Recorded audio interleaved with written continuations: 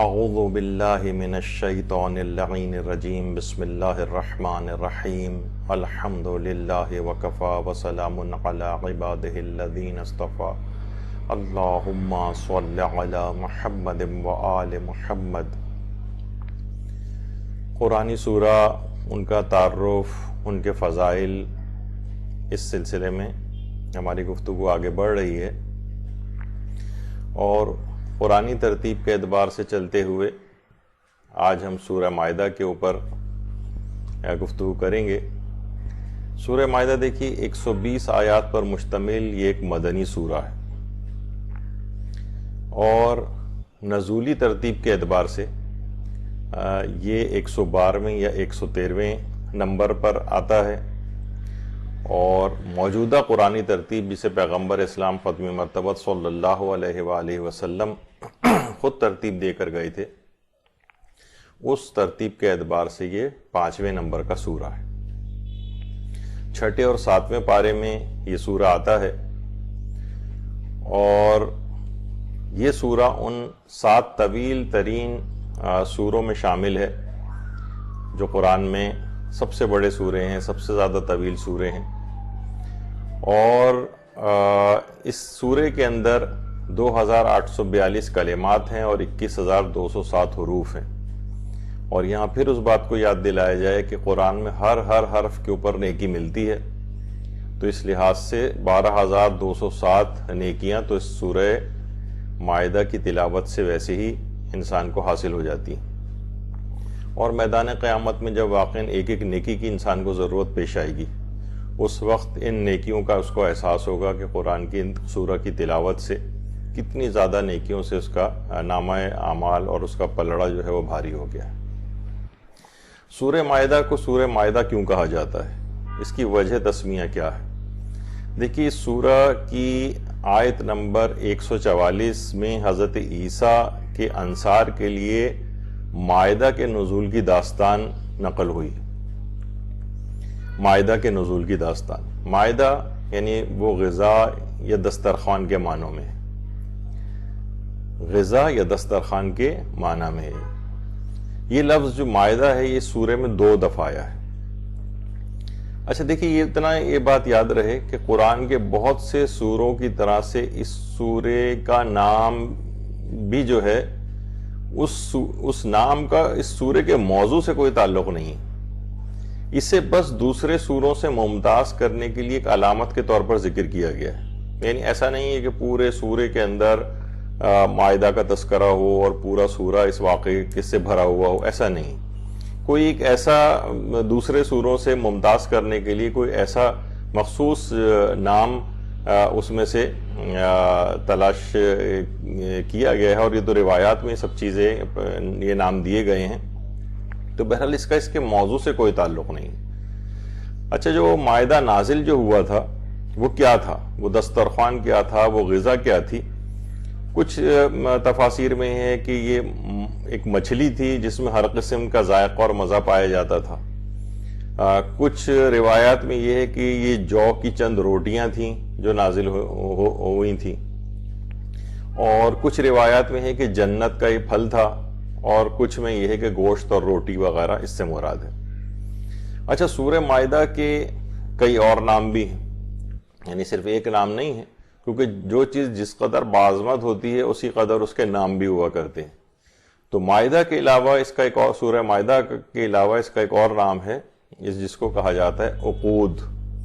کیونکہ اس کی بالکل پہلی آیت سے ہی ایفائے عہد اور چند عقود کا تذکرہ ہے، تو اس لحاظ سے اس کا ایک نام سورہ عقود بھی ہے، عقود اس کا ایک نام ہے۔ اور اسی طرح سے اس کا ایک نام المنقضہ بھی ہے، یعنی یہ اپنے قاری کو، کیونکہ یہ سورہ عذاب الہی سے بچاتا ہے، جو بھی اس کی تلاوت کرتا ہے وہ عذاب الہی سے مامون ہو جاتا ہے، اس وجہ سے اس کا نام المنقضہ بھی ہے۔ اس سورہ کا ایک نام سورۃ الاخیار بھی ہے، کیونکہ صالح مومنین اس سورے کی کثرت سے تلاوت کرتے ہیں۔ ہمارے ہاں دیکھیے مسئلہ وہی ہے، جیسے کہ میں نے اس سے پہلے کی نشستوں میں بھی عرض کی ہے بات، کہ ہمارے ہاں جو چھوٹے چھوٹے بالکل سورہ ہیں ان کی کثرت سے تلاوت ہوتی ہے، لیکن بڑے سوروں کی طرف نہیں جاتی۔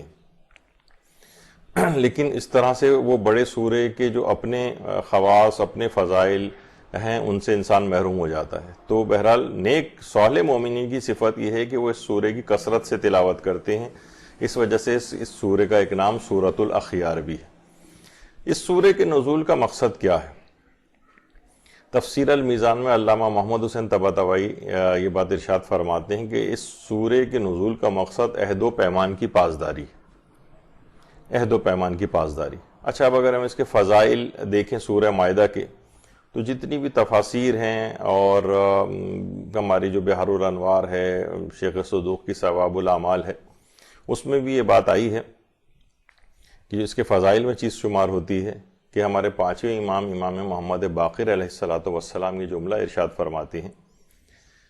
کہ جو شخص بھی ہر جمعرات کو اس سورے کی تلاوت کرے گا وہ کبھی بھی لباس ظلم نہیں پہنے گا، لباس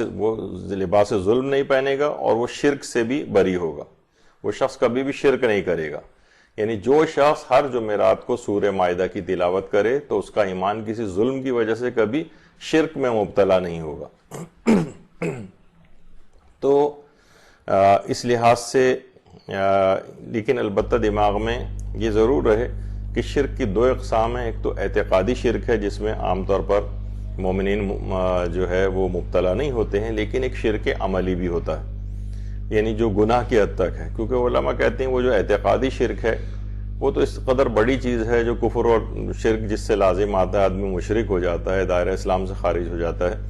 اس میں تو کوئی مومن مبتلا عام طور پر نہیں ہوتا ہے۔ لیکن یہ کہ جو شرک عملی ہیں، اس پہ جب شرک کی ہماری ایک دفعہ گفتگو ہوئی تھی تو اس میں ہم نے تفصیل سے شرک کی ان اقسام کا ذکر کیا تھا کہ جس میں جو عملی طور پر عمومی زندگی میں یعنی جو کہ گناہ والی چیز ہوتی ہے، لیکن یہ کہ وہ اعتقادی شرک نہیں ہے، اس سے انسان کافر نہیں ہوتا ہے، لیکن مومن کی شان سے بعید ہے کہ ان چیزوں کے اندر بھی مبتلا ہو۔ تو ان کی تفصیل آئی تھی، وہ اپنی جگہ پر ہے۔ تو بہرحال وہ کسی بھی قسم کی اس روایت میں یہی ہے کہ اس کا ایمان کسی ظلم کی وجہ سے وہ کبھی شرک میں مبتلا نہیں ہوگا۔ تو اس میں کیونکہ ایک عمومی بات کی گئی ہے تو اس کا مطلب ہے ہر قسم کے شرک سے وہ اس کا ایمان محفوظ اور مامون ہو جائے گا۔ اچھا، اب اگلی فضیلت اس کی یہ ہے، ہاں پہلے اس میں ایک اور چیز بات بیان کر دی جائے، بات آ گئی کہ ہمارے پیغمبر اسلام ختمی مرتبہ صلی اللہ علیہ وآلہ وسلم یہ بات ارشاد فرماتے ہیں کہ بے شک مجھے تمہارے بارے میں سب سے زیادہ خوف شرک اصغر کا ہے۔ پوچھا گیا یا رسول اللہ شرک اصغر سے کیا مراد ہے؟ تو آپ نے فرمایا ریاکاری اور دکھاوا، یہ شرک اصغر ہے۔ تو اس طرح کی چیزوں کے اندر تو انسان مبتلا ہو سکتا ہے، ظاہر ریاکاری میں مبتلا ہو سکتا ہے، دکھاوے میں مبتلا ہو سکتا ہے، اور روایات میں اس کو بھی شرک سے تعبیر کیا گیا ہے، لیکن اس سے انسان دائرہ اسلام سے خارج نہیں ہوتا ہے۔ تو بہرحال یہ سب چیزیں ایسی ہیں، اور عام طور پر لوگ اس کی طرف اس کو لے جاتے ہیں۔ جب یہ آیت اللہ شہید مرتضیٰ مطہری نے اس بات کو اپنی کتاب کے اندر بیان کیا ہے کہ توحیدی تفکر کا لازمہ یہ ہے کہ انسان اسباب اور وسائل سے استفادہ کرتے ہوئے ان کے مبدا اور منشا پر یقین رکھے، کہ یہ یقین ہو اس کو کہ یہ سب چیزیں تاثیر میں اپنے پروردگار سے وابستہ ہیں۔ فرماتے ہیں یہ وہی توحید ہے، اور انسانوں سے مدد لینا شرک کے زمرے میں نہیں آتا، کیونکہ ہمارا عقیدہ نہیں ہے کہ یہ اشیاء اور انسان فائدہ پہنچانے یا فائدہ دینے میں مستقل اور خود مختار ہیں، یعنی اللہ سے ہٹ کر یہ لوگ یہ چیزیں مدد کرتی ہیں۔ تو بہرحال یہ کسی شخص سے کوئی مدد لینا، وہ فرماتے ہیں یہ اس شخص یا اس چیز کی پرستش اور بندگی میں شمار نہیں ہوتا۔ تو بہرحال لوگ عام طور پر آج کل اس قسم کے افراد بھی آ گئے ہیں جو صاحبان ایمان کو اس شرک کے بھوت سے ڈراتے رہتے ہیں ہر وقت، جبکہ مومنین اس میں مبتلا نہیں ہوتے۔ وہ وسیلے کے طور پر جو ہے ان ائمہ اطہار سے توسل کرتے ہیں، اور کبھی براہ راست بھی مانگتے ہیں، تب بھی اس کا بھی چاہے الفاظ ان کے کسی اور طرح کے ہوں اور براہ راست مانگ رہے ہوں، تب بھی ان کے دماغ میں یہی تصور ہوتا ہے کہ یہ خدا کی عطا کردہ دی گئی طاقت سے دے سکتے ہیں، خدا سے الگ سے ہٹ کر نہیں۔ تو بہرحال جو ہم سورہ کی بات کر رہے تھے،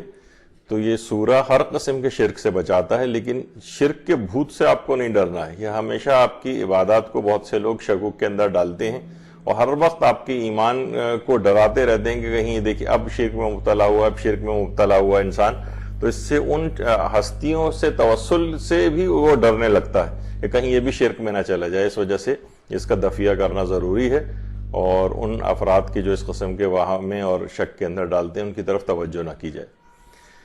اس کے بعد اگلا جو اس کا فائدہ ہے وہ یہ ہے کہ گناہوں کی عظیم ترین بخشش کروانے والا یہ سورہ ہے۔ جتنی بھی ہماری اور اس طرح کی کتابیں ہیں، جیسے تفسیر مجموع البیان ہے، تفسیر نور الثقلین ہے، یا علامہ کفمی کی کتاب مصباح ہے، اس میں یہ جملہ ارشاد فرمایا ہے، پیغمبر اسلام ختم مرتبہ صلی اللہ علیہ وآلہ وسلم کی ایک روایت ہے کہ جو شخص بھی سورہ مائدہ کی تلاوت کرے گا اس کو 10 نیکیاں ملیں گی، 10 گناہ اس کے محو ہوں گے، اور ہر سانس لینے والے یہودی اور عیسائی کی تعداد کے 10 گنا برابر ثواب اس کو دیا جائے گا۔ اگر آپ ویسے یہودی اور عیسائیوں کی اس وقت پاکستان پوری دنیا کے اندر ان کی اگر تعداد دیکھیں تو اس وقت عیسائیوں کی تعداد 2.5 ارب ہے، مسلمانوں کی تقریباً 1.8 بلین ہے، اور ان کی تقریباً 2.5 ارب کے برابر ہے۔ اور یہودیوں کی تعداد اگر دیکھیں تو پوری دنیا میں 1.5 کروڑ یہودی ہیں، اس سے آپ اندازہ لگا سکتے ہیں کہ تقریباً 2 ارب کے قریب مسلمان ہیں، اور 1.5 کروڑ صرف یہودی ہیں۔ کس قدر کم ان کی تعداد ہے، لیکن کس طرح سے یہ لوگ عالمی طور پر اپنی ایک اجارہ داری جو ہے قائم کیے ہوئے ہیں، جو ہماری کمزوریوں کی وجہ سے۔ تو پیغمبر اسلام فرماتے ہیں صلی اللہ علیہ وآلہ وسلم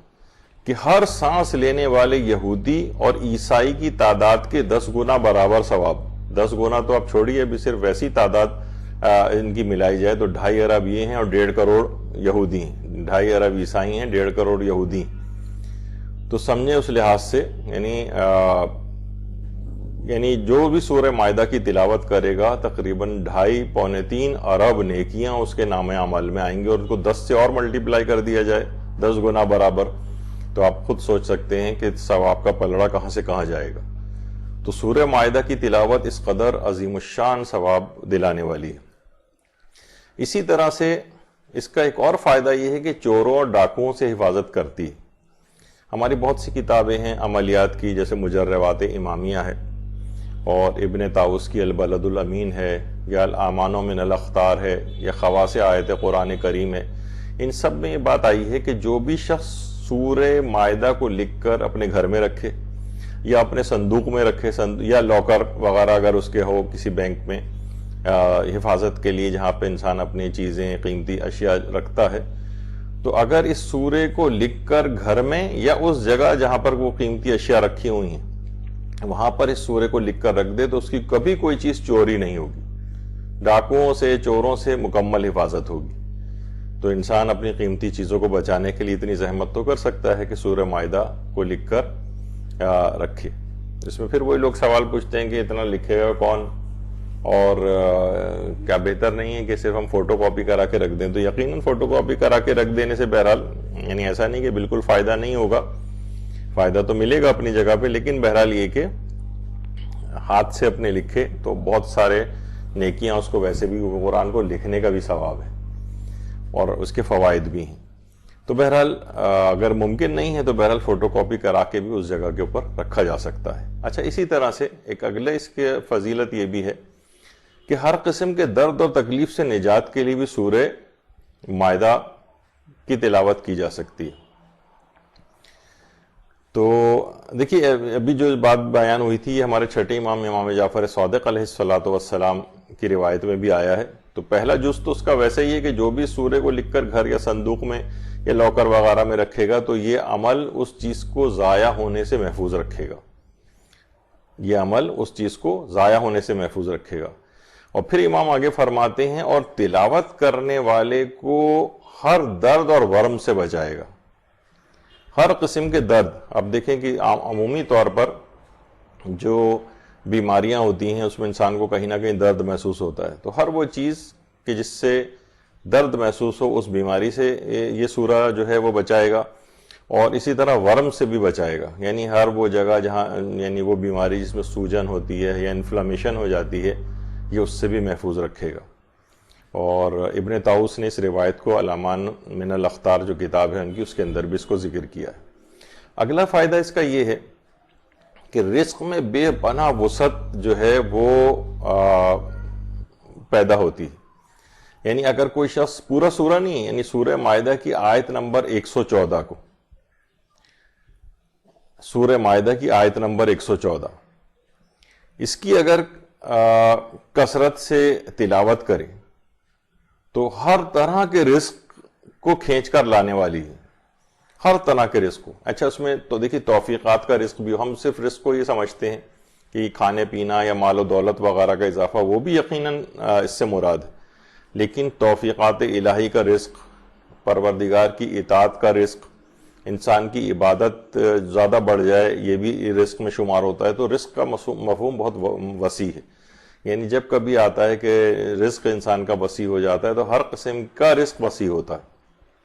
سوائے اس کے کسی جگہ فقط مال کا تذکرہ آ رہا ہو. تو مال تو اپنی جگہ پر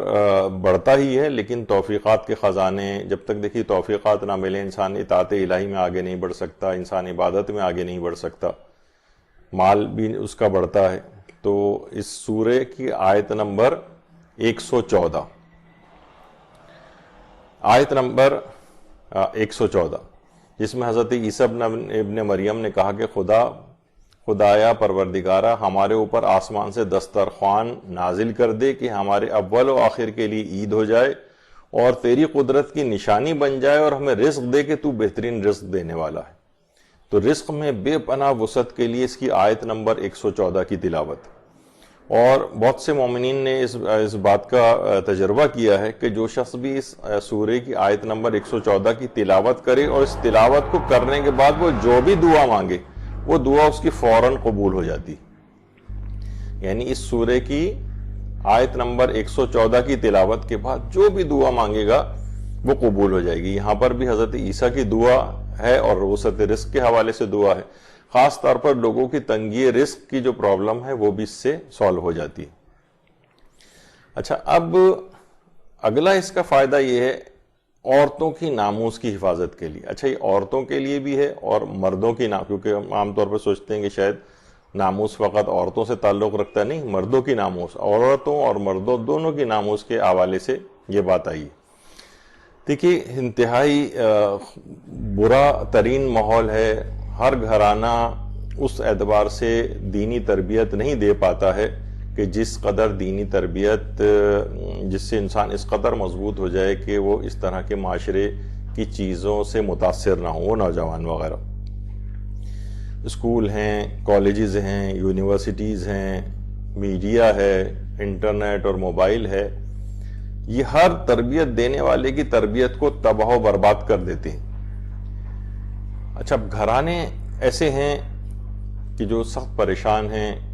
ان گھرانے میں اولادیں ہیں، لڑکے اور لڑکیاں خراب ہوئے چلے جا رہے ہیں، سخت پریشانی کا شکار ہیں، ہر ایک سے وہ بات کہہ بھی نہیں پاتے ہیں، اور بہت بڑے بڑے بڑے گناہوں کے اندر یہ لڑکیاں، خواتین اور لڑکے مرد حضرات وغیرہ مبتلا ہو رہے ہیں. اور ظاہر ہے جب کسی سے کہہ نہیں پاتے ہیں تو بس خاموشی اختیار کی ہے، لیکن وہ خاموشی ایک وہ اندر طوفان کا ایک پیش خیمہ ہوتی. تو بہت سارے اس کے اعمال اس قسم کے بتائے گئے ہیں. انسان کو چاہیے کہ اپنی اولاد کی ناموس کی حفاظت کے لیے، اپنے گھر والوں کی ناموس کی حفاظت کے لیے، خاص طور پر جو وہ خواتین و مرد حضرات جو اس طرح کے ماحول کے اندر باہر جاتے ہیں اور ان کے بگڑنے کا امکان ہوتا ہے، اس میں والدین کو یا جو سمجھدار گھر والے ہیں ان کو اس قسم کے اعمال انجام دینے چاہیے. جو کتاب ہے خواص آیات قرآن کریم آقا باقر نجفی کی، اس میں سورہ مائدہ کی جو پہلی آیت ہے، سورہ مائدہ کی سب سے پہلی آیت، یا ایھا الذین آمنوا اوفوا بالعقود، اوفوا بالعقود، اے ایمان والو اپنے عہد و پیمان اور معاملات کی پابندی کرو. تو اور پوری آیت آخر تک، یحکم ما یرید تک، کہ اگر اس کتاب میں یہ بات لکھی ہوئی خواص آیت قرآن کریم آقا باقر نجفی کی کہ سورہ مائدہ کی جو شخص بھی یعنی پہلی آیت کو ظن زانیہ یا یعنی جو عموماً اس گناہ کے اندر مبتلا ہو رہی ہو یا امکان ہو کہ کہیں مبتلا نہ ہو جائے اس کو بچانا ہو، یعنی جسے بھی اس زنا کے نقصان اور اس گناہ کبیرہ سے بچانا مقصود ہے، چاہے وہ لڑکا ہو یا لڑکی ہو، بہرحال تو اس کہ یہ جو پہلی آیت ہے اس کا کوئی ایک کپڑے کا ایک ٹکڑا لیا جائے یا کپڑا ہی لے لیا جائے اور اس کے اوپر اس آیت کو لکھا جائے، یہ اس پہلی آیت کو وہ کسی بھی سے لکھا جا سکتا ہے، کسی بھی قلم سے لکھا جا سکتا ہے۔ البتہ کچھ عملیات کو کرنے والے جو اس کے ماہر علماء ہیں وہ کہتے ہیں کہ اس میں سیاہ رنگ کی سیاہی استعمال نہ کی جائے۔ چلیں بہرحال یعنی اسی شخص کے جس کو بچانا مقصود ہے اس بڑے گناہ سے،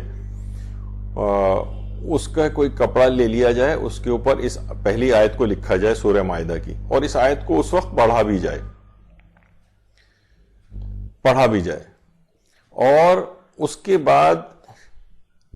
یہ جو پہلی 3 لائنیں آپ کے سامنے آ رہی ہیں، یعنی اس میں اس آیت کا حوالے سے، اس آیت کا واسطہ دے کر پروردگار عالم سے کہا جا رہا ہے کہ اس زنا کی، اس ذلت والی چیز کی محبت کو اور اس کی گندگی کو فلاں ابن فلاں یا فلاں بنت فلاں کے دل سے نکال دے۔ فَإِنَّكَ فَعَلٌ لِمَا تُرِيدُ وَأَنْتَ أَرْحَمُ الرَّاحِمِينَ۔ تو یہ والی عبارت جو ہے یہ 70 دفعہ پڑھی جائے، یعنی پہلی آیت کو اس کے کپڑے کے اوپر لکھا جائے اور اس کو پڑھا بھی جائے، اس کے بعد 70 مرتبہ اس کو پڑھا جائے۔ اچھا، یہاں جب اس کی بات ہو تو وہاں پر اس کا اور اس کی ماں کا نام لیا جائے، یعنی وہ خاتون یا جو بھی جس مرد کے لیے بھی یہ چیز کہی جا رہی ہے اس کا اور اس کی ماں کا نام لیا جائے۔ اچھا، پھر اس کے بعد اب دیکھیے یہ بہت ساری چیزیں، کچھ عملیات ایسے ہیں کہ یہ طریقہ کار تو ہیں، جیسے اب کہا جاتا ہے اس عمل کو کرنے کے بعد پھر اس کپڑے کو کسی پرانی جو مجہول قبر ہے جس کا کوئی اب نام و نشان نہیں ہے، کوئی اس کے ورثہ نہیں ہے، اس کے قریب کہیں دفن کر دیا جائے، یا یہ اگر ممکن نہ ہو تو کسی ایسی جگہ دفن کیا جائے جہاں کوئی رہتا نہ ہو، بہت ویران بیابان کسی جگہ پر وہاں دفن کر دیا جائے، اور اس کے بعد دفن کرنے کے بعد یہ جو آخری 2 لائنیں ہیں وہ اس میں اس دفن کرتے وقت پڑھی جائیں، یعنی اس کا کپڑا جس جگہ پہ دفن کرے۔ تو اس میں یہ ہے کہ اللہ اس کے دل سے زنا اور اس فعل قبیح کی جو رغبت ہے یا جو اخلاق ذمیمہ اس کے اندر یہ پیدا ہو گیا اس کے دل میں، اس کے دل سے وہ چیزیں پروردگار عالم دور کر دے گا، اس کو اس گناہ سے شدید نفرت ہو جائے گی اور ہمیشہ کے لیے اس گناہ سے پیچھا چھوٹ جائے گا۔ یہ بہت اہم ایک عمل ہے جو کہ کتابوں کے اندر جو ہے وہ لکھا ہوا ہے۔ اچھا، اسے اہل سنت بھی اس عمل کو جو ہے ان کی کتابوں کے اندر بھی موجود ہے۔ بہرحال اس سورہ مائدہ کی آیت نمبر 1 جو ہے، جو پہلی آیت ہے، اس کو میں مختصراً پھر بتا دیتا ہوں کہ آقا باقر نجفی نے اپنی کتاب خواص آیات قرآن میں لکھا ہے کہ سورہ مائدہ کی پہلی آیت کو کسی جو بھی زن زانیہ ہے یا جو مرد ہے کوئی اگر جو اس فعل میں مبتلا ہو رہا ہے یا امکان ہے کہ یہ مبتلا ہوگا اور اس کو اس سے بچانا مقصد ہے، خاص طور پہ وہ افراد کے جو کہ بیرون ملک یا مغربی ممالک یا ایسی جگہوں کے اوپر جا رہے ہیں کہ جہاں پر کوئی ایسا کنٹرول نہیں ہے ان کے اوپر، بالکل ایک آزاد زندگی ہوگی، گھر والے بھی نہیں ہیں، کوئی پریشر نہیں ہے، کوئی اور اس گناہ کے اندر مبتلا ہو سکتے ہوں، تو اس کے کسی کپڑے کے اوپر پہلی آیت کو لکھا جائے اور اس وقت اس آیت کو پڑھا بھی جائے، اور 70 مرتبہ یہ جو ابتدائی 3 عبارتیں ہیں یا جو لائنز ہیں اس کو پڑھا جائے اور 70 مرتبہ، اور اس کا اور اس کی ماں کا نام لیا جائے، فلانتا بنت فلانتن، اس میں جو ہے اس لڑکی کا یا اس شخص کا اور اس کی ماں کا نام لیا جائے، اور اگر یعنی مرد ہے تو اس کے باپ کا نام لیا جائے، عورت ہے تو اس کی ماں کا نام لیا جائے۔ پھر اس کے بعد اس کپڑے کو کسی پرانی مجہول قبر کے قریب یا کسی ایسی جگہ جو بیابان و ویران جہاں کوئی رہتا نہ ہو وہاں پر دفن کر دیا جائے، اور دفن کرنے کے بعد جو آخری 2 لائنوں کے اندر جو دعا ہے اس کو پڑھا جائے، تو اس عمل کے نتیجے میں اس گناہ سے اس کو شدید نفرت ہو جائے گی اور وہ کبھی اس فعل کے اندر مبتلا نہیں ہوگا۔ تو دیکھیے یہ ایک عمل ہے سورہ مائدہ کی پہلی آیت کے سلسلے میں۔ اسی طرح سے خیالات فاسدہ اور سحر و جادو کے توڑ کے لیے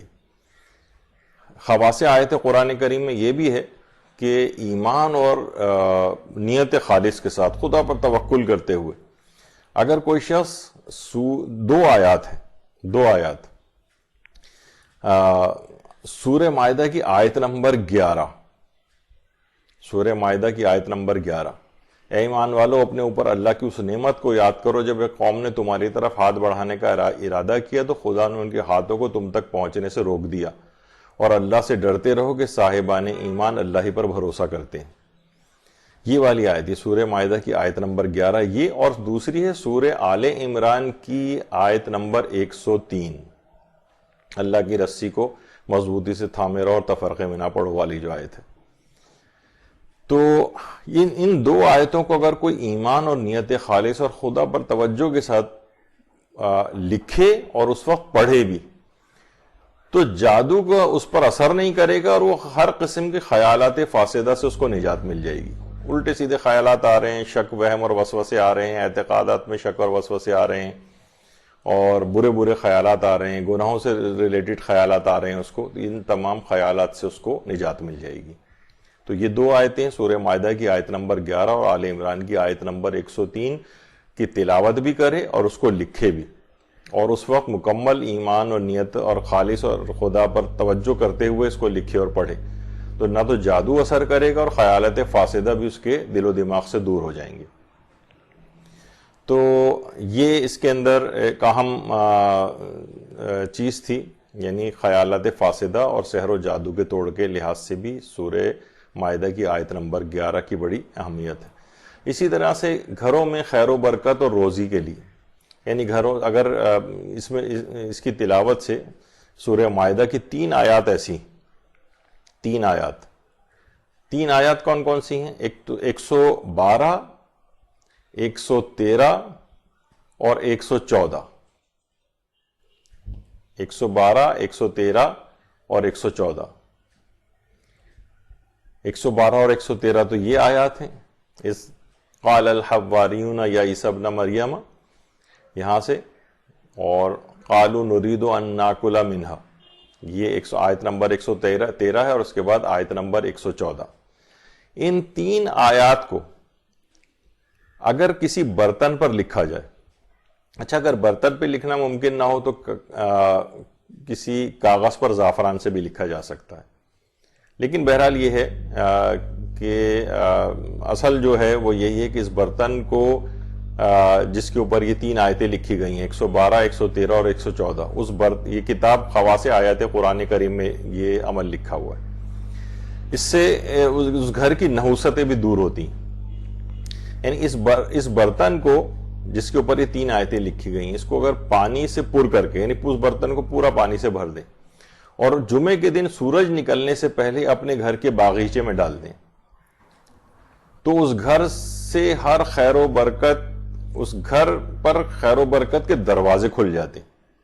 رزق و روزی بہت زیادہ کشادہ ہو جاتی ہے۔ بلکہ اگر کسی کھیت میں ڈالا جائے تو اس کا جو محصول اور جو اس کی پیداوار ہے وہ بہت زیادہ بڑھ جاتی، بہت زیادہ بڑھ جاتی، اور مسلسل 3 جمعے اگر اس عمل کو کیا جائے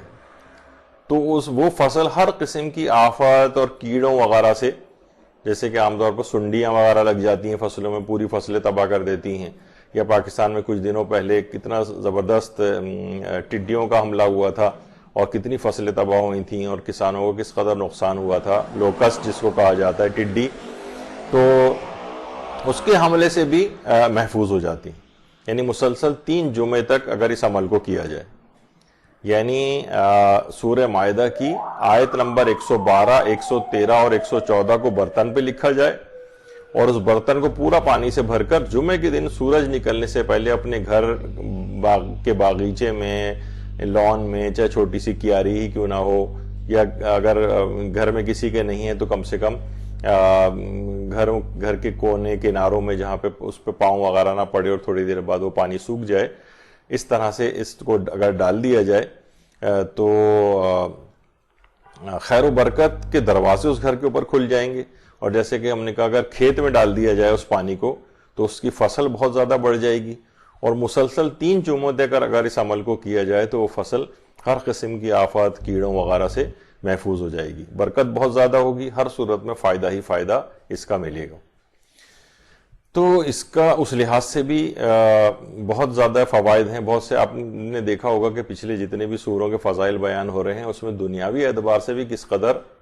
فضیلتیں اور برکتیں ان سورہ کی ہیں, جو کہ روایات کے اندر بھی بیان ہوئی ہیں. ان افراد کی بھی ان باتوں سے نفی ہو جاتی جو کہتے ہیں قرآن فقط کتاب ہدایت ہے. یقیناً وہ تو مین اور پرائم اس کا مقصد ہے قرآنی آیات کے نزول کا کہ انسان کی ہدایت, لیکن اس کی دنیا کی مسئلوں کا حل بھی اس قرآن کے اندر ہی موجود ہے. یہی وجہ ہے کہ ورنہ کیا تعلق, آپ کہیں بھائی کھیت میں اچھی پیداوار ہو رہی ہے, اس سے اس کا کیا تعلق ہے؟ تو اس کھیت سے کوئی تعلق نہیں ہے اس کا, اور رزق سے کیا اس کا تعلق ہے؟ ان سب سے تعلق ہے قرآن کا. تو بہرحال یہ ان چیزوں کو بہت اہمیت ہے, اور قرآن ہدایت کے ساتھ ساتھ جسمانی اور دنیاوی فوائد بھی یہ بھی دیتا ہے. اچھا, پھر یہ سورہ جو ہے گناہوں سے بھی مکمل حفاظت کرتا ہے. علماء نے لکھا ہے کہ جس نے اپنی عمر کو, جس کسی نے بھی اپنی عمر کو ضائع کر دیا ہو, گناہوں میں ضائع کر دیا ہے, اپنے مال کو گناہوں میں ضائع کر دیا ہے, لیکن اب وہ چاہتا ہے کہ مزید ضائع نہ ہو, مزید ضائع نہ ہو, یعنی اب اپنی زندگی باقی زندگی کو بچانا چاہتا ہے ضائع ہونے سے, اپنے مال کو بچانا چاہتا ہے ضائع ہونے سے, تو وہ جمعے کے دن سیب پر یا ناشپاتی پر خالص نیت سے سورہ مائدہ کی 3 آیات ہیں, 3 آیات, آیت نمبر 90, آیت نمبر 91 اور آیت نمبر 92, 91, 90, 91 اور 92, خالص نیت کے ساتھ جمعے کے دن سیب پر یا ناشپاتی پر خالص نیت سے سورہ مائدہ کی ان 3 آیات کو پڑھے, اور پڑھے بھی, اور ان ممکن ہو تو اس چیز کے اوپر لکھ بھی دے, زعفران سے لکھے. اور اچھا, بہت سے علماء یہ بھی کہتے ہیں بعض اوقات لکھنا بھی اس لحاظ سے پاسبل نہیں ہوتا تو اپنی انگلی سے بھی لکھ سکتا ہے. یہاں پر تو نہیں کہا, لیکن عموماً اس کو دیکھا گیا ہے کہ اپنی انگلی سے بھی تحریر کر سکتا ہے, یعنی اس کے اوپر کوئی چیز لگے نہیں, بس جس طرح سے آپ کوئی بھی چیز لکھتے ہیں, سمجھیں گے اگر یہ انگلی ہے یا آپ کا پین ہے اور اس سے آپ کوئی چیز لکھ رہے ہوں تو اس طرح سے بھی امکان ہے, اگر ممکن نہیں ہے. لیکن اصلاً یہی کہ لکھے, اور صرف 3 آیات ہیں 90, 91 اور 92, اور ہر صبح کے وقت, یعنی صبح کے وقت نہار منہ اسے کھا لے, اور بہت زیادہ دفعہ کا نہیں, صرف 3 بار اگر اس عمل کو کرے گا, یعنی جمعے کے دن سیب یا ناشپاتی پر خالص نیت سے ان 3 آیات کو پڑھے اور ان پر لکھے, اور اس کے بعد نہار منہ سے کھا لے, تو 3 جمعوں یعنی 3 بار یہ عمل کرے گا 3 جمعوں تک, تو وہ جتنی بھی اس کے اندر صفات بد ہیں اور رذائل اخلاقی ہیں وہ اس سے دور ہو جائیں گے. تو یہ بہت اہم ہیں یہ 3 آیتیں 90, 91 اور 92. تو یہ انسان کو اندر سے جو اخلاقی رذائل ہیں یہ دور کرنے والی یہ 3 آیات ہیں سورہ مائدہ کی 90, 91 اور 92. اور سیب اور ناشپاتی پر خلوص نیت سے پڑھنا بھی ہے, اور اس پر لکھ کر پھر اس کو کھا لے. خواص آیات قرآن کریم میں باقر نجفی نے اس کو لکھا ہے. اچھا, پھر ایک اور ہماری بڑی ایک اچھی کتاب ہے درمان با قرآن محمد رضا کریمی کی.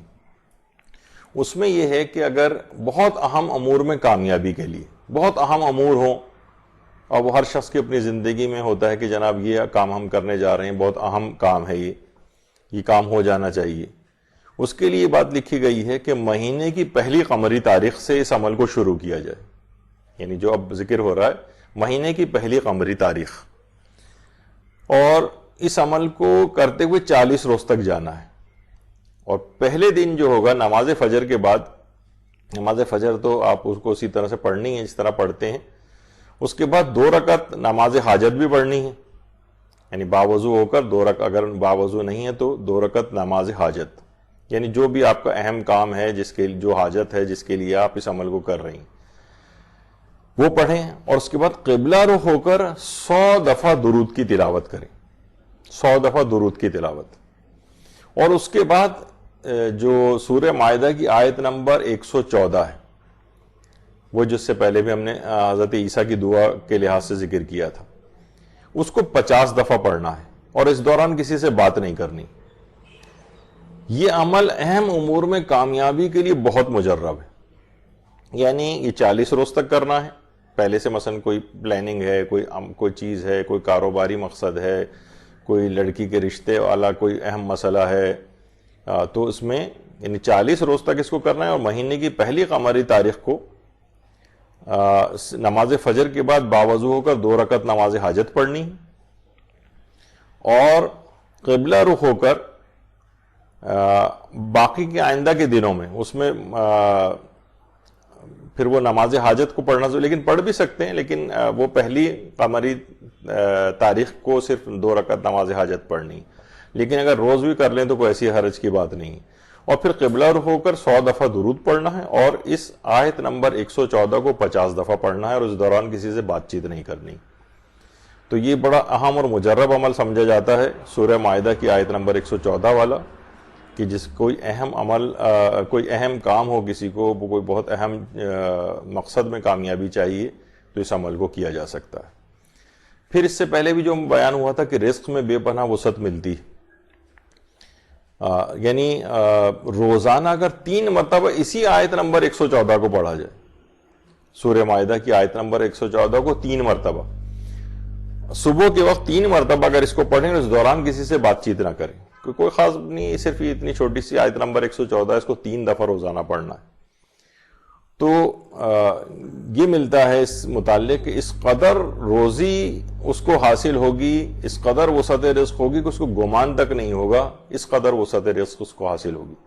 یہی وجہ ہے کہ سورہ مائدہ کو ہر مسئلے کی ماسٹر کی یا چابی کہا جاتا ہے. یعنی ہر دنیا کا مسئلہ آپ سورہ مائدہ کی تلاوت سے حل کر سکتے ہیں. اس کے اندر ایسی آیات ہیں، خاص طور پر یہ آیت نمبر جو 114 ہے. تو اس لحاظ سے بھی اگر دیکھیں تو یہ بہت، کیونکہ یہ سورہ بہت ہی بافضیلت سورہ ہے، اتنا عظیم سورہ ہے کہ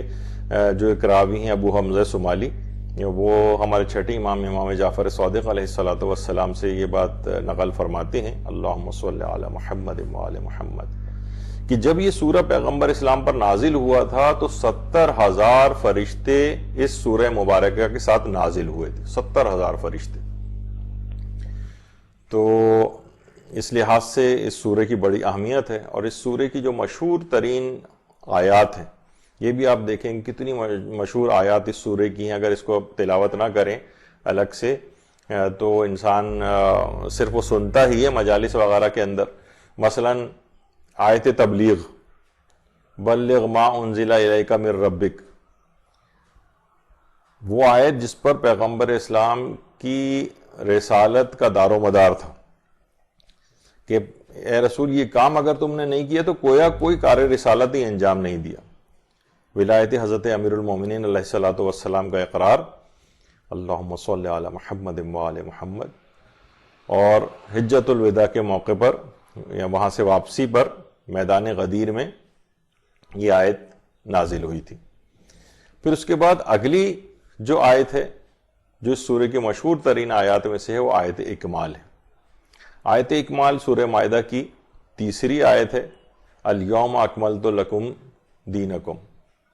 واتممت علیکم نعمتی ورضیت لکم الاسلام دینا. کتنی مشہور آیت ہے. یہ بھی میدان غدیر میں یہ آیت نازل ہوئی 18 ذی الحجہ کو ولایت حضرت امیر المومنین کے اعلان کے بعد. یہ اسی سورہ کی آیت ہے. علامہ امینی نے الغدیر میں اس بات کو لکھا ہے کہ یہ آیت جو ہے الیوم اکملت لکم دینکم، یہ 18 ذی الحجہ کو ولایت علی کے اعلان کے بعد ہی نازل ہوئی. اور علامہ میر حامد حسین لکھنوی،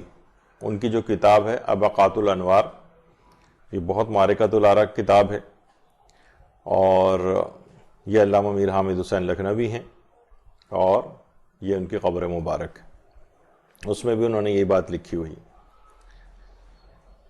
تو یہ بھی اسی سورہ کے اندر ہے آیت اکمال. اور تیسری ہے آیت ولایت، جو کہ سورہ مائدہ کی آیت نمبر 55 ہے، انما ولیکم اللہ والی آیت، کہ اللہ ولی ہے، تمہارا رسول ولی ہے، اور وہ صاحبان ایمان ولی ہیں جو کہ نماز قائم کرتے ہیں اور حالت رکوع میں زکوٰۃ دیتے ہیں۔ مولا امیر المومنین علیہ الصلوۃ والسلام کی فضیلت کے لیے یہ آیت نازل ہوئی ہے، اور اسی آیت سے علماء مولا کی ولایت اور امامت پر بھی استدلال کرتے ہیں۔ حالت رکوع میں زکوٰۃ دینے والی یہ آیت وہ بھی اسی سورہ میں ہے۔ اسی طرح اس سورہ کی مشہور ترین آیات میں آیت وضو بھی ہے، جو کہ 6 نمبر کی آیت ہے، آیت وضو۔ یا ایھا الذین آمنوا اذا قمتم الى الصلاة فاغسلوا وجوہکم وایدیکم الى المرافق وامسحوا برؤوسکم وارجلکم الى الکعبین۔ اے صاحبان ایمان، جب تم نماز کے لیے آمادہ ہو جاؤ تو اپنے ہاتھوں کو، اپنے چہرے کو اور اپنے ہاتھوں کو دھو کوہنیوں تک، اور اپنے سر کا اور اپنے پاؤں کا مسح کرو، پاؤں کا مسح کرو ٹخنوں تک۔ تو اب یہ مسلمانوں کے درمیان اتنی واضح آیت بھی بڑا ایک مسئلہ بنی ہے اور آپس میں اختلاف کا سبب بنی ہے۔ تو بہرحال اس میں یہ ایک مسلمانوں کے درمیان ایک اختلاف ہے، لیکن بہرحال مکتب تشیع کا نظر یہی ہے کہ اس میں چہرے کو اور ہاتھوں کو کوہنیوں تک دھونے کا حکم ہے، اور سر کے مسح کا اور پاؤں کے مسح کا حکم ہے ٹخنوں تک، جبکہ دوسرے صاحبان اسلام جو ہیں وہ پاؤں کو دھوتے ہیں، اور جو ہاتھوں کو دھونے میں ترتیب ذرا الٹی ہے، وہ نیچے سے اوپر کی طرف دھوتے ہیں، جبکہ ہمارے ہاں کوہنی سے اور نیچے کی طرف دھویا جاتا ہے۔ بہرحال اس آیت کے علاوہ بھی وضو کے موضوع پر تقریباً 500 سے زائد احادیث احکام وضو سے متعلق ہیں، جو کہ الگ سے احادیث کی کتابوں میں آئی ہیں۔ اچھا، اسی طرح سے اس سورہ کی جو مشہور ترین آیات ہیں ان میں ایک آیت وسیلہ بھی ہے، جو 35 نمبر کی آیت ہے، یا ایھا الذین آمنوا اتقوا اللہ وابتغوا الیہ الوسیلہ۔ اے صاحبان ایمان، تقوی اختیار کرو اور وسیلہ اختیار کرو۔ وسیلے کا خاص حکم یہ آیا ہے، البتہ وسیلہ وسیع مفہوم میں ہے۔ اچھا، انسان انبیاء کا وسیلہ بھی اختیار کر سکتا ہے، ائمہ معصومین کا وسیلہ اختیار کر سکتا ہے، صالحین کا وسیلہ اختیار کر سکتا ہے، اولیاء اللہ کو وسیلہ بنا سکتا ہے، نیک اعمال کو بھی وسیلہ بنا سکتا ہے، یہ سب وسیلہ ہیں۔ البتہ سب سے بڑا وسیلہ وہی پیغمبر اسلام اور خاندان اہل بیت عصمت و طہارت کا وسیلہ ہے۔ اللہم صلی علی محمد وآل محمد۔ تو آیت وسیلہ وہ اسی سورہ مائدہ کے اندر ہے۔ اسی طرح اس کی مشہور ترین آیات میں آیت حرمت قتل بھی ہے، جو کہ 32 نمبر کی آیت ہے، جو بہت مشہور آیت بھی ہے، کہ من قتل نفسا بغیر نفس او فساد فی الارض فکأنما قتل الناس جميعا ومن احیاها فکأنما احیا الناس جميعا۔ جس نے ایک انسان کو قتل کیا گویا تمام انسانیت کو قتل کیا، جس نے ایک انسان کی جان بچائی گویا تمام انسانیت کی جان بچائی۔ وہ بھی اسی سورہ کی آیت ہے۔ اچھا، بعض روایات میں دیکھیے یہاں پر موت اور حیات جہاں پر لفظ آیا ہے وہاں اس سے مراد گمراہی اور ہدایت لی گئی ہے۔ تفسیر مجمع البیان جو ہے اس میں مختلف اقوال جو ہے نقل ہوئے ہیں کہ ایک انسان کا قتل سارے انسانوں کو قتل کیسے شمار ہو سکتا ہے۔ تو اس میں ایک قول یہ بھی کہ اس سے مراد کوئی عام انسان کا قتل نہیں بلکہ کسی نبی یا امام کا قتل اس سے مراد ہے۔ اچھا، اس کے برخلاف کچھ مفسرین جیسے آیت اللہ محمد حسین طباطبائی نے ایک الگ بات کہی۔ وہ فرماتے ہیں کہ دیکھیے، قتل کرنا خدا کی خالقیت اور ربوبیت کے منافی ہے، یعنی خدا نے خلق کیا ہے، خدا پالتا ہے، تو یہ تمام انسانوں کے قتل کے مترادف ہو جائے گا، تمام انسانوں کے قتل کے مترادف۔ اور تفسیر نمونہ میں بات لکھی ہوئی کیونکہ تمام انسان ایک اکائی کی مانند ہے، یعنی ایک دوسرے سے انسان جڑے ہوئے ہیں، تو ایک کا قتل و نقصان سب کو متاثر کرتا ہے۔ جیسے جسم کا ہم کوئی ایک عضو کاٹ دیں، ایک آرگن کوئی، تو تمام جسم کے اعضاء تکلیف محسوس کرتے ہیں اور وہ بھی اس سے متاثر ہوتے ہیں۔ تو اس طرح تمام انسانیت کا قتل یہ شمار ہوتا ہے۔ جس نے ایک انسان کو قتل کیا گویا اس نے پوری انسانیت کو قتل کیا، اور ایک انسان کو بچایا تو گویا پوری انسانیت کو بچا لیا۔ اچھا، اس میں وہ چیز بھی شامل ہو سکتی ہے کہ عام طور پر خاندانوں میں اور ادھر ادھر نظر آتا ہے صاحبان ایمان کے، کہ ایک گناہ جو خاموشی کے ساتھ انجام پاتا ہے وہ یہ ہے کہ پلاننگ نہیں تھی اور بچہ جو ہے وہ حمل قرار پا گیا تو اس کو پھر گرا دیا جاتا ہے، ابورشن وغیرہ، تو وہ بھی اسی کے اندر چیز آتی ہے۔ تو بہرحال تمام انسانیت کا قتل اس لحاظ سے شمار ہوتا ہے، تو بڑی مشہور آیات میں سے۔ اسی طرح سے جو عہد و پیمان کو پورا کرنے والی جو پہلی آیت ہے، جس کا عمل بھی ہم نے بتایا، اوفوا بالعقود، یہ بھی اس آیت مشہور ترین آیات میں سے۔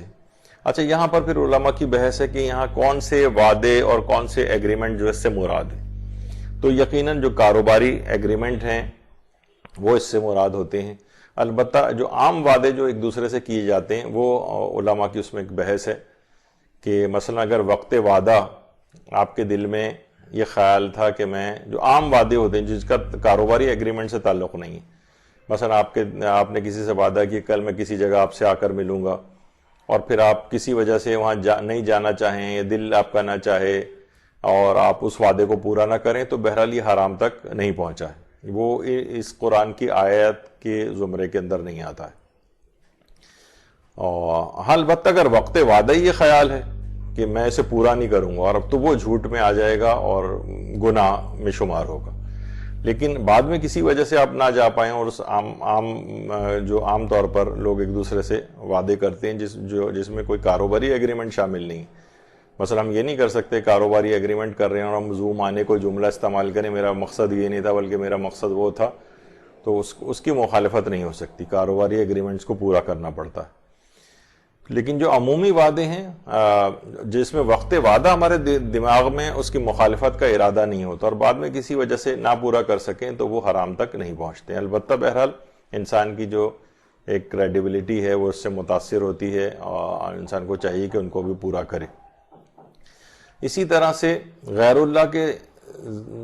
نام پر ذبیحے کی حرمت کی جو آیت ہے، غیر اللہ کے، حرمت علیکم المیتۃ والدم ولحم الخنزیر وما اہل لغیر اللہ بہ، یعنی اللہ نے حرام قرار دیا ہے مردار کو، خون کو اور سور کے گوشت کو،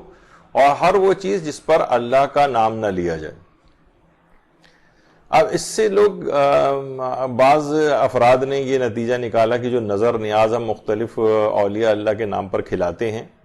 یہ بھی شاید اس کے اندر آ جاتی ہے یہ چیز، اور یہ بھی حرام ہے۔ جب بھی وہ اکثر آپ کہیں کہ جناب نیاز کی کوئی چیز کسی گھر بھجوائیں اپنے پڑوسی کے، اور وہ مثلا اس قسم کے نظریے کا حامل ہو کہ جناب غیر اللہ کے نام پر اگر کوئی چیز ہو تو وہ نہیں کھائے گا اس کو، تو یہ ایک بہت بڑا ایک دھوکہ ہے۔ ہمارے خیر مکتب فکر میں جو ہمارا جو فقہ جعفریہ ہے اس میں تو یہ والا مسئلہ ہی کوئی نہیں ہے، اور اس میں کوئی اختلاف بھی علماء کے اندر نہیں ہے۔ البتہ جو ہمارے غیر شیعہ مسلمان بھائی ہیں ان کے علماء میں اس میں اختلاف ہے، لیکن ان کے بھی جو بڑے بڑے علماء ہیں جیسے شاہ ولی اللہ محدث دہلوی، ان کا فتویٰ زبدۃ النصائح جو ان کی جو کتاب ہے اس کے اندر ہے، فتاوی رضاویہ میں بھی انہوں نے نقل کیا احمد رضا خان بریلوی نے کہ اگر کسی بزرگ کی فاتحہ کے لیے ان کی روح کو اصال ثواب کے قصد سے ملیدہ اور کھیر پکائیں اور کھلائیں تو کوئی مذائقہ نہیں، اور یہ جائز ہے۔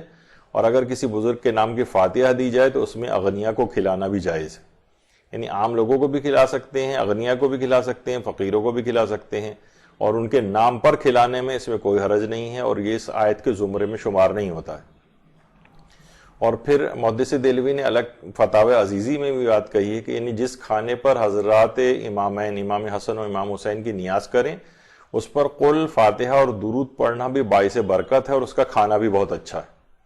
پھر فرماتے ہیں اگر مالیدہ اور شیرینی کسی بزرگ کی فاتحہ کے ایصال ثواب کی نیت سے پکا کر کھلائیں تو یہ بھی جائز ہے، اور اس میں بھی کوئی مذائقہ نہیں۔ تفسیر عزیزی میں جلد اول اور صفحہ 39 کے اوپر ان کا یہ نظریہ اور فتویٰ موجود ہے۔ اچھا، اس میں بھی یہ جو ابھی سورہ بقرہ کی بھی آیت ہے، کئی جگہوں پہ اس طرح سے آیا ہے قرآن میں کہ انما حرم علیکم المیتۃ والدم ولحم الخنزیر وما اہل بہ لغیر اللہ، یعنی ہم نے تم پر حرام کیا مردار خون اور سور کا گوشت اور جس پر اللہ کے سوا کسی اور کا نام پکارا گیا ہو۔ اب اس میں وما ما اہل بہ لغیر اللہ سے کیا مراد ہے؟ اس میں تفسیر جلالین، تفسیر بیضاوی، تفسیر روح البیان، ترجمان القرآن شاہ ولی اللہ محدث دہلوی وغیرہ میں ہے کہ ما اہل بہ لغیر اللہ سے مراد یہ ہے کہ وہ جانور جو بتوں کے نام پر ذبح کیا گیا ہو. یعنی ان تفاسیر کی روشنی میں علماء کہتے ہیں بات واضح ہو جاتی ہے تمام آیات بتوں کی مذمت میں نازل ہوئیں، لہٰذا اسے نظر و نیاز کے سلسلے میں چسپاں کرنا ایک کھلی گمراہی. یعنی وہ بتوں کے نام پر ذبح جو کیے جاتے تھے، یا مسلمان کوئی عام بتوں کے نام پر کوئی چیز ذبح کر رہا ہوتا ہے، یا کسی کے نام پر کوئی چیز کسی کو کھلا رہا ہو اس کو یاد کرتے ہوئے اس بزرگ شخصیت کو ان سے اظہار عقیدت کے طور پر، تو اس آیت کا مصداق کیسے ہو جائے گا؟ خیر اب وہ تو اتنی تفصیل اگر ہم ہر آیت کی اس میں اگر جانے لگے تو پھر بہت وقت ہو جائے گا. تو یہ جو ہے غیر اللہ کے نام پر ذبیحے کی جو یہ ذبیحے کی مذمت کی ہے، اس میں عام طور پہ تو ذبح وغیرہ بھی نہیں ہوتا ہے، بلکہ وہ تو مثلا کھانا پک کے کسی کے گھر جا رہا ہے نیاز وغیرہ کے، تو اس میں تو وہ والا مسئلہ بھی نہیں آتا ہے. اچھا اسی طرح سے یہ جو سورہ مائدہ ہے اس میں 30 آیات احکام ہیں، 30 آیات احکام، یعنی جس میں فقہی احکام بیان کی گئیں، جس میں حج پر محرم کے لیے شکار کا مسئلہ جو تقریباً اب ختم ہی ہو کر رہ گیا ہے، لیکن ایک زمانے میں یہ بہت ہی معرکۃ الآراء مسئلہ ہوا کرتا تھا، اور اتنی تفصیل ہے اس کی، اتنے تفصیلی مسائل اس کے آئے ہیں. تو اس میں حج کے موقع پر محرم کے شکار کا مسئلہ، اسی طرح سے اس میں مردار کے احکام جو ہے وہ بیان ہوئے ہیں کہ مردار حرام ہے، سور کے گوشت کا مسئلہ ہے. اچھا سور کے گوشت کے متعلق بھی یہ اکثر لوگ اس پہ سوال پوچھتے ہیں، اور بیرون ممالک کے اندر جو مغربی ممالک میں رہتے ہیں اور اس قسم کی جابز کرتے ہیں وہاں پر بھی چیز آتی ہے. بہت سے لوگوں کا یعنی کچن میں کام یہ ہوتا ہے کہ مثلا سور کا گوشت پکانا ہے. تو ایک چیز بتا دی جائے اس میں کہ سور کا گوشت پکانا تو جائز ہے، پکانا جائز ہے، لیکن اس کو پیش کرنا جائز نہیں، اس کو سرو کرنا جائز نہیں. حتیٰ کہ مثلا اگر کوئی پیزا ڈیلیوری وغیرہ جو ہو رہی ہے اور وہ سرو کی جا رہی ہے اور اس میں سور کا گوشت ہے تو وہ بھی جاب جائز نہیں ہوگی. اسی طرح سے مثلا کوئی اگر کیش کاؤنٹر پہ ہے اور وہ سور کے گوشت کی خرید و فروخت کے حوالے سے کام کر رہا ہے، وہاں پر پیسے لے رہا ہے، بیچ رہا ہے اس چیز کو، تو وہ والی جاب بھی اس کی جائز نہیں ہوگی. تو بہرحال خیر سور کا گوشت کا مسئلہ اس کے اندر سورہ مائدہ میں بیان ہوا ہے. وضو کے احکام بیان ہوئے ہیں، قصاص کے احکام، چور کے ہاتھ کاٹنے کا حکم، قسم توڑنے کا کفارہ، اور اسی طرح سے جو شراب اور جوئے وغیرہ کی جو حرمت کا حکم ہے وہ بھی ان 30 آیات احکام کے اندر یہ چیز آئی ہے. اور اسی طرح سے جو شاعر اللہ کی جو تعظیم ہے اس پر اس کی جو دوسری آیت ہے، یا ایھا الذین آمنوا لا تحلوا شعائر اللہ. تو شاعر اللہ، اللہ کی نشانیاں، شاعر حسینیہ، اس پر کئی جو درس ہیں مدرسے میں اس موضوع پر ہو چکے ہیں کہ شاعر اللہ کسے کہا جاتا ہے، شاعر حسینیہ میں کون کون سی چیزیں شامل ہیں، کون سی چیز کب شاعر حسینیہ بنتی ہے نہیں بنتی ہے، اس پہ مکمل دروس یہاں پر ہو چکے ہیں. تو بہرحال شاعر اللہ کی تعظیم یہ اس سورے کے اندر آیا ہے. اسی طرح سے یہود و نصارہ کی دوستی کی مذمت کے اوپر جو آیت نمبر 51 ہے کہ اے ایمان والو یہودیوں اور عیسائیوں کو اپنا دوست اور سرپرست نہ بناؤ، یہ خود آپس میں ایک دوسرے کے دوست ہیں، تم میں سے کوئی اگر انہیں دوست بنائے گا تو انہی میں سے شمار ہو جائے گا، بے شک اللہ ظالم قوم کی ہدایت نہیں کرتا. تو بہرحال یہ جو یہودیوں اور یہود و نصارہ کی دوستی کی مذمت کی جو آیت ہے، دوستی مذمت یا ان کو اولیاء اور سرپرست بنانے کے حوالے سے، وہ بھی سورہ مائدہ میں. اچھا سورہ مائدہ میں تاریخی واقعات بہت سارے بیان ہوئے ہیں، مثلا حابیل و قابیل کی داستان ہے وہ بھی سورہ میں بیان ہوئی ہے. اسی طرح سے حضرت عیسیٰ کی رسالت اور ان کے معجزات کا بیان ہوا ہے، اور اسی طرح سے مائدہ کے نزول کی داستان اور واقعہ جو ہے وہ بھی اسی کے اندر بیان ہوا ہے. تو بہرحال تفصیلی اور بڑا طویل سورہ ہے، اس کے بہت سارے پیغامات بھی ہیں. اس کو کوشش کرنی چاہیے کہ انسان تفسیر کے ساتھ اس کو ساتھ ملا کر پڑھے. مثلا تفسیر نمونہ کی اگر آپ جلدیں لے لیں یا کوئی اور ایسی جو ہے وہ لے لیں تفسیر جو آپ کے ذوق کے مطابق ہو، یعنی مختصر ہو. اگر کوئی پڑھنا چاہے تفصیل کے پڑھنی ہے اگر، تو تفسیر نمونہ وغیرہ لے لیں، اور اس کے ایک ایک آیت کو پڑھتے ہوئے، اس کے ترجمے کو پڑھتے ہوئے، اس کے پیغامات میں غور و فکر کرتے ہوئے اگر اس کو پڑھیں تو اور زیادہ فوائد آپ کو حاصل ہوں گے. تو اس کے فضائل بھی ہم نے بیان کیے، اس کا ایک عمومی تعارف، اس کے اندر اہم ترین جو آیات، جو مشہور ترین آیات ہیں،